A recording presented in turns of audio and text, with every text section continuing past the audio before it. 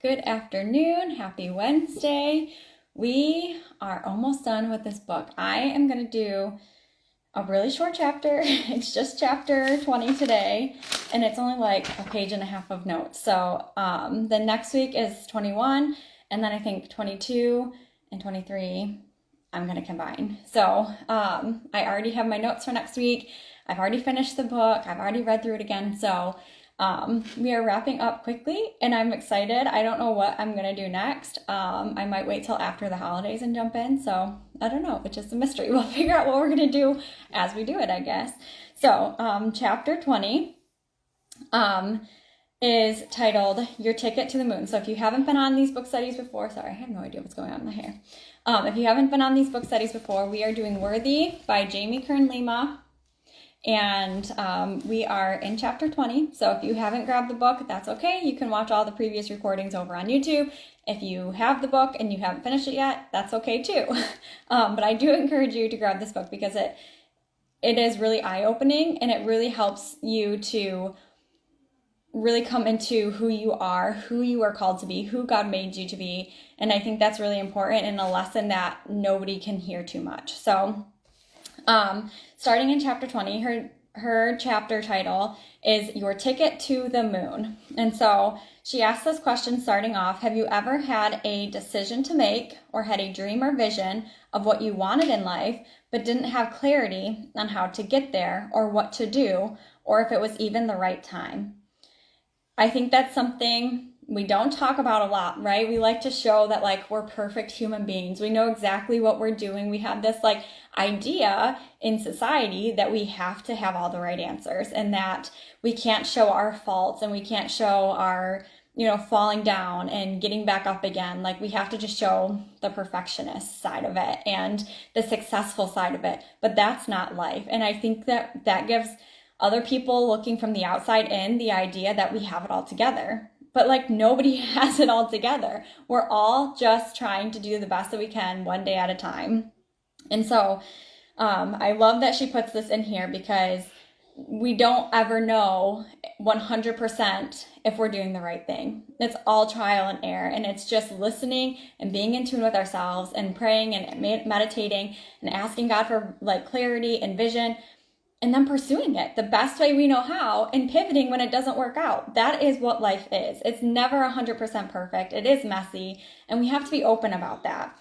So the author's sharing her side of it, and she's saying, she felt like she was being pulled to do something and make a change, and she wasn't really sure what direction to go, and she didn't have complete clarity one way or the other, so maybe she should just stay still. Maybe I'll just stay where I'm at and see how it plays out.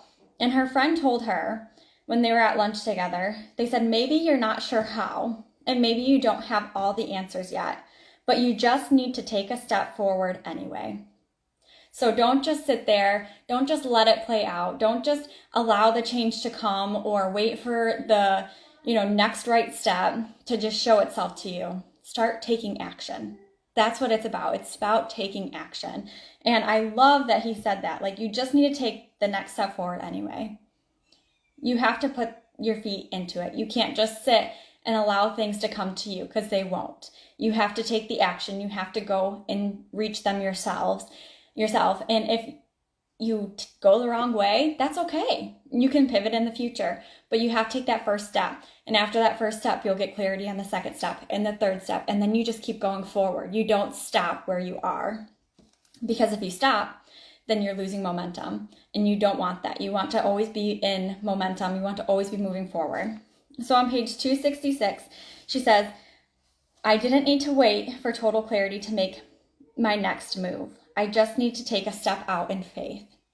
Just have the faith that what you are feeling called to do, even though you don't know why and you don't know where it's leading, you have that faith. You have that belief that God's leading you. And so take that step of faith, move forward, and allow yourself to do it imperfectly and to take that action, because it's going to get you where you're supposed to be heading. So she says, I'm learning every day to allow the space between where I am and where I want to be to inspire me and not terrify me. That's a quote that she gives in this book. And I love that, because for me, I am a perfectionist. I love to know all of the facts. I love to do the research. If you have taken those like color personality quizzes, I'm a green, okay? I'm the one that they say like gets analysis paralysis. And so I consume everything and I pile all the data together, and then I look at it and I'm like, okay, so here's what I have to do to get to the next step, or, you know, to make this next decision, or whatever it is. I'm an Enneagram 5, okay? So like consuming information is like instilled in me. It's what I'm like, the way I'm functioned to work, and I allow it to paralyze me. I allow it to just like get stuck in my brain and not actually take the next step. So this chapter was like stepping on my toes. It was kind of like gut-wrenching, like, oh, I have to change. Like I have to learn to stop consuming and start doing, because it's important to get to the next step, because I can sit and I can learn all of the information, but if I'm not putting action behind it, then I'm not actually going to get to where I want to go.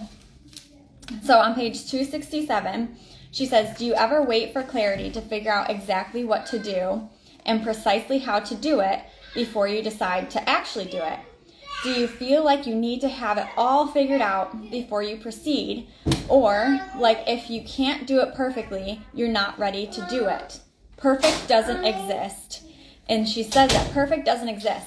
So we can, again, consume all the information. We can write down the exact path that we need to follow. And we can, like, plan it all out and schedule it all in our schedules and make the time for it.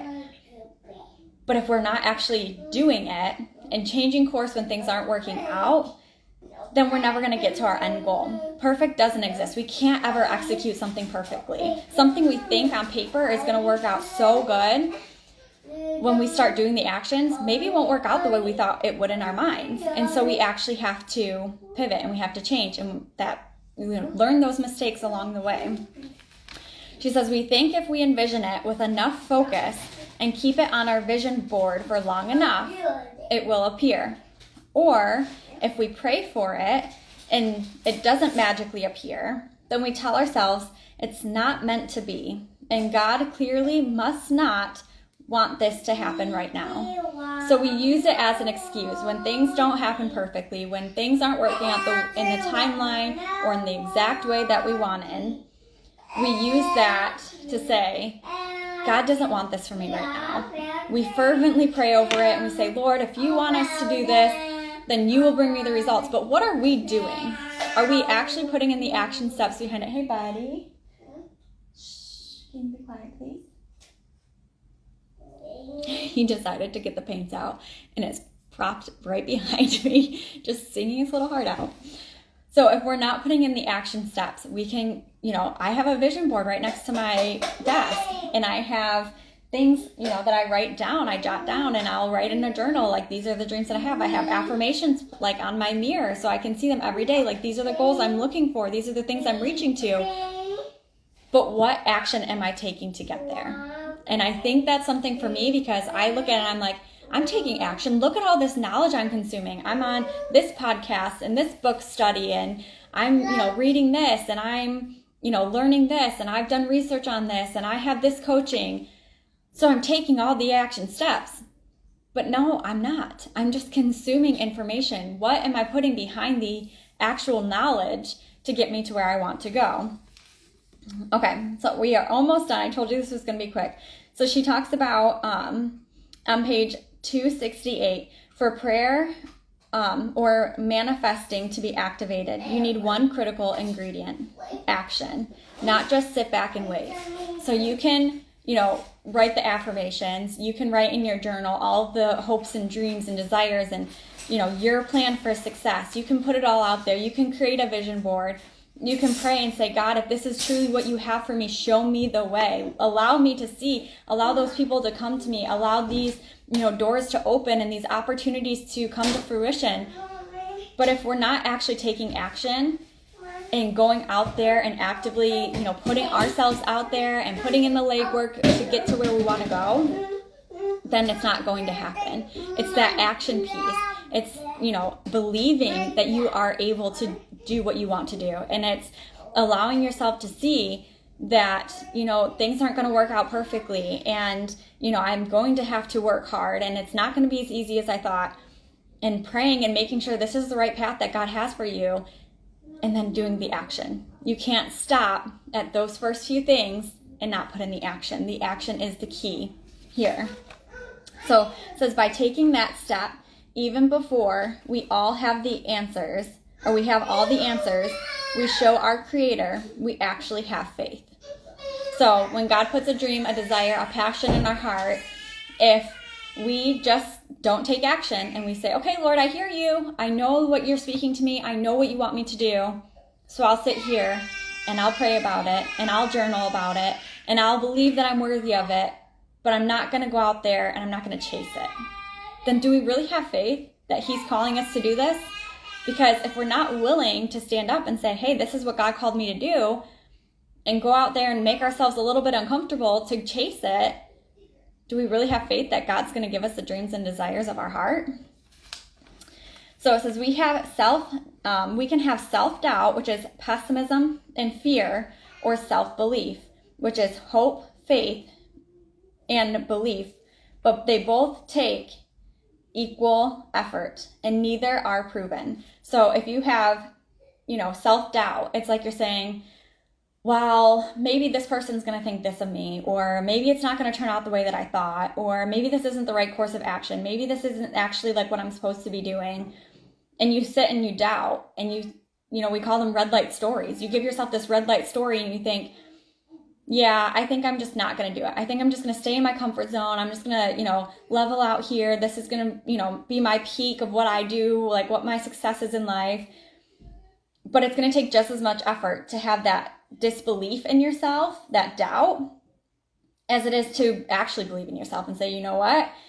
I am going to believe that all of the hopes and dreams that God put on my heart are going to come to action, to fruition, and I'm going to go out there and I'm going to chase them, and I'm going to believe that these little minor steps that I'm taking are going to get me to where I want to go, that God's favor is upon me, and that He is going to bless my efforts.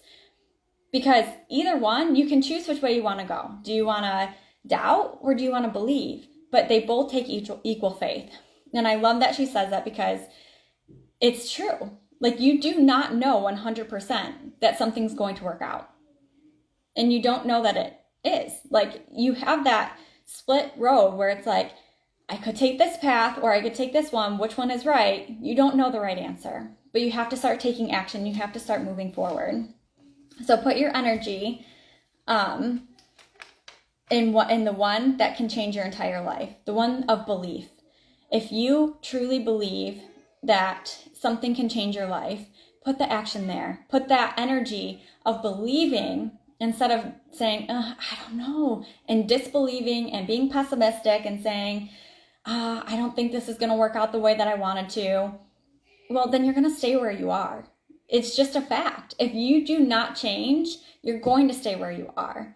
Our calling on earth is that we grow and we become more Christ-like, and we change into the image of Him every single day. And we have to take that to heart. We have to be willing to put ourselves outside our comfort zone and allow ourselves permission to go out there and chase the things that He's called us to do, no matter how terrifying it is. And so she says, if you have self-belief and you put your energy into that, it could literally change your entire life.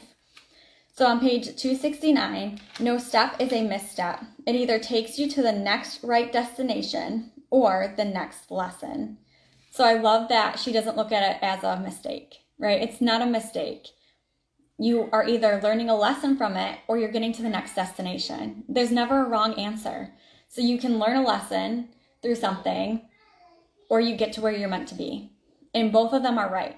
Neither one of them is wrong. So that mindset shift, right? We talked about like retraining your mind and redefining, past hurts or past things that have, been roadblocks in our lives, and redefining it. This is redefining it put in action. So you take that next step and you don't get to where you want to go. Great. You learned a lesson. That's amazing. Now keep going. What are you going to learn next? What are you going to do next? Where is it going to take you next? And keep moving forward. Page 272. when we're willing to take action, to be scared and do it anyway, to not know where we're headed, but to know where that one step is going and just take that, then I believe the next right thing, person, or lesson will always show up. And so she's saying, it doesn't matter if you have all the answers now. Just taking that next step, looking one foot in front of you and saying, I know I have to do this. I know I have to make this decision. I know I have to do this thing. And then taking it and allowing yourself to get there. And then when you get there, figure out what's next after that. We don't have to have all the right answers right away. We like to have all the right answers right away. We want to have all the answers right away, but it's not critical to moving forward. We don't have to know how to get to that destination right away. It's one foot at a time. It's one obedient action at a time. Allowing God to guide us, allowing God to lead us and show us and speak to us, and being humble to him and saying, I don't know what I'm doing. A lot of us don't know what we're doing most of the time, but we put ourselves out there, we allow ourselves to be vulnerable, and we just take action. So that was chapter 20. Chapter 21 is just as good. So I will see you guys next week for chapter 21. And then we will have 1 week left. So 2 weeks next week and 1 more week, and we're done with this book. So I hope this book study has been encouraging to you. I think these last couple chapters are my favorite out of the whole book. I love how she sums everything up and wraps it all up. And it's so beautifully written. And I think it's such a challenge too, to not just settle where we are, but to continue to grow. So thank you for joining me today. I will be back next week. I hope you will too. And we will start with chapter 21 next week. Have a great week.